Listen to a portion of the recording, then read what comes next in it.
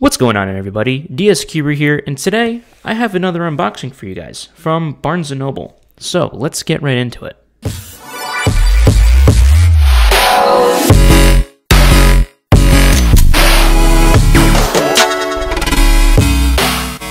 So here I have 4 different puzzles, and 2 of them are Rubik's Cube, or Rubik's brand, not Rubik's Cubes. They're all Rubik's Cubes. These are Rubik's 2x2s. And I did a little bit more research after my last video, which thank you guys so much for watching that last video. I mean, my god, you guys absolutely killed it on the engagement, so I really want to try and aim for some similar engagement on this video. And before I get into the unboxing itself, YouTube Analytics shows me that 99% of the people that watched that last video aren't subscribed. So if you're not subscribed already, please be sure to hit that like button, subscribe, and click the bell icon, and drop a comment below because it all helps with the YouTube engagement and the algorithm. But getting back to the main topic, the last video was about some Rubik's puzzles that I unboxed. In particular, it was this 3x3 that I have over here, as well as this 4x4. And I noted that I kind of realized that Rubik's redid all of their packaging, and some of their products seem different. For example, that 4x4 is a different 4x4 from the one that they used to sell. And it turns out that Spin Master actually acquired the Rubik's brand. You can even see the Spin Master logo on the bottom of all of their boxes. So that was also prevalent on the 4x4 that I unboxed. And this happened recently, like as of like 2021, I believe. Spin Master bought the Rubik's brand, and they redesigned all of their cubes and redid the packaging. That's why all of the Rubik's products as of late look different. So Spin Master is now selling these 2 new Rubik's 2x2s, and when I was at Barnes & Noble the other day, I saw that they had them in stock, and they also had these Mefferts puzzles, and I love the fact that Barnes & Noble sells these Meffert puzzles. So whenever I see a new Mefferts puzzle in the Barnes & Noble lineup, I know I just have to go and pick it up. But I'm most excited about these 2x2s, honestly, because the Rubik's brand has been suffering for so long with bad puzzles. And that last video, as you guys saw, they've completely changed. And the Rubik's 3x3 is actually a ton of fun. I love this thing. And the 4x4, I don't really do 4x4, but this is a decent 4x4. So I figured, you know what? Let's check out their 2x2s. So they have 2 different ones, and the first one is the traditional one. The Rubik's Mini is what they would market their 2x2 as. They didn't call it a 2x2. It's always been the Rubik's Mini. But if you look at it, it looks like it's got like the traditional Speed Cube kind of design going on, so I want to check that out. And then next to it, they had this thing called the Rubik's Apprentice. So if you look on the back of this packaging, they've actually got like that Super Cube kind of pattern going on.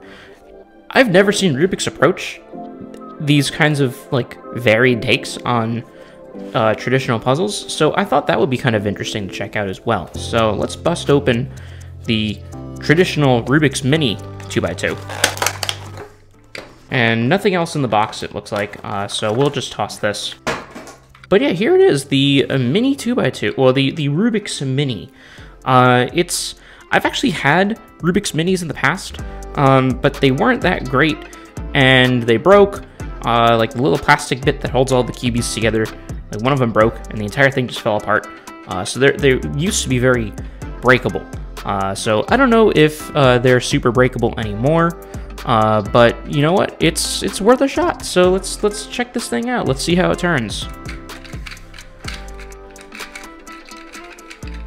And you know, first turns, it's not great, but I will say this: it's better than the 2x2s that they've had in the past.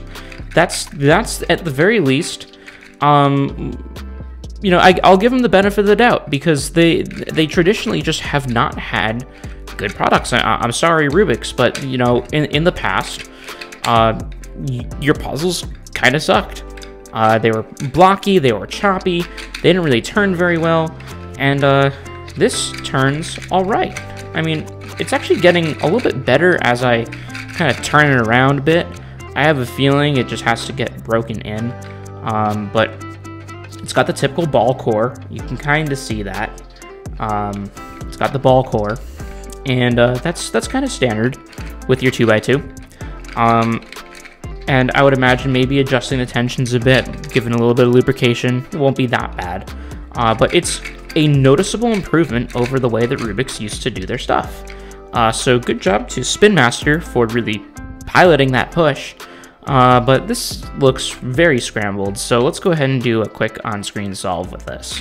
At the very least, I know that I'm decent at 2x2, and I'm not like, you know, the world's fastest 2x2 solver, but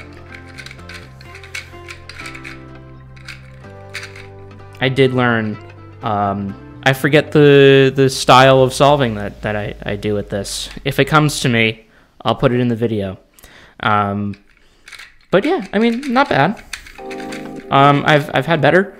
The Moyu Tangpo, I believe, is my main. And I know the Tangpo is also like kind of outdated at this point. There's better puzzles than the Tangpo. But this isn't awful. One thing to note too, it's got tiles, which is pretty cool. It seems like the Rubik's brand has been shifting to tiles on basically everything. So this has plastic tiles, and actually the tiles that are on this are the same kind of tiles that they use on this. They're like recessed into the puzzle plastic itself, so they don't really stick out a whole lot.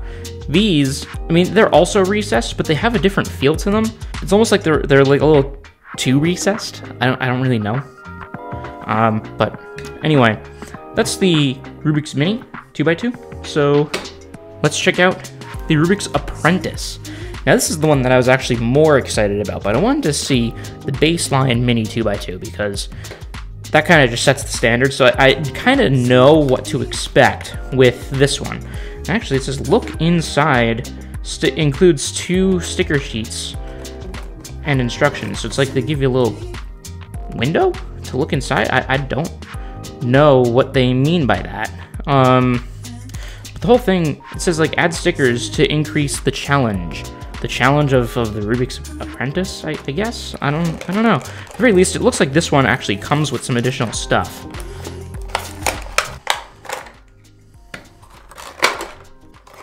Okay, so unlike the last 2x2, this one actually comes with something. That would be these ring-shaped stickers. So I thought it was one of those super cubes where the center pivots separately from the rest of the puzzle. That's not the case with this. This is actually just like a 2-colored 2x2. It's effectively just like a 1x2, and this is way better than the, oh my god. This one's like kind of chunky on turns, and this one's way better. What the heck? That is so surprising. Wow, okay. I did not expect that at all. Anyway, let's see what they have to say in this little instruction pamphlet, because I'm interested in seeing how the Apprentice Cube is supposed to work. So, they have 3 different levels, it looks like. So level 1, scramble the Apprentice, and then work to separate the white cubies from the yellow cubies into 2 layers. Once mastered, move on to level 2. Add 1 set of circular stickers to the completed white side, scramble it, work to form the circle again on the white layer, and then level 3 with level 2 solved, apply the second set of stickers to the yellow face, and create a circle opposite the white layer. Scramble the Rubik's Cube Apprentice, and conquer the final challenge by solving both circles on the white and yellow layers. So what I think I'm gonna do is wait to put those stickers on. I want to do a separate video on this puzzle. Good to know that's where you're supposed to put the stickers. I didn't know if it was supposed to be like here and here, you know. At the very least, it's good that they clarify it's supposed to be here and here, so opposite each other. But I assume, are these transparent? No, they don't look transparent. You'd be able to see the paper in the back. Yeah, so looks like you just kind of cover these over this, and then it just kind of makes it more challenging. You have to solve the top and bottom face, which, to be honest, is basically the method that you use to solve the 2x2 with, it's not CFOP. I'm completely blanking on the name of that solve method. But basically, it's the one where, well, okay, so CLL, I believe, is like combine last layers. And basically the idea is you solve by face. So you solve like the bottom face, and then you would solve the top face, and then you'd orient the entire cube in one algorithm. The way that they're describing how the apprentice is supposed to work, you solve the bottom face, and then you solve the top face. The only difference really is that the orientation of the corners themselves don't matter because they're all the same color. So basically, you're doing the first 2 steps of the 3-step method to solve the 2x2, which I think is kind of cool. It's a neat way to introduce new cubers to speed solving. So I definitely want to apply these stickers at some point and see what it's like to kind of solve it with the ring stickers on it. But for now, we'll just scramble it without them. This is going to be a super easy solve. Wow, it's like I can't even solve this, scramble this properly. It's like I try to scramble it, and then the pieces are just back together, and it's you're always like 2 moves away from it being solved. That's a rather intuitive puzzle.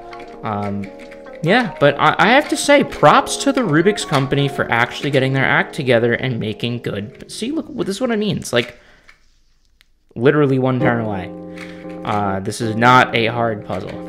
So this is a fun little gimmick to definitely give to your friends. Maybe if your friends don't know how to solve a 3x3 or a 2x2 just yet, this is a good entry-level puzzle to kind of teach them the ways of how you're supposed to do a speed cube.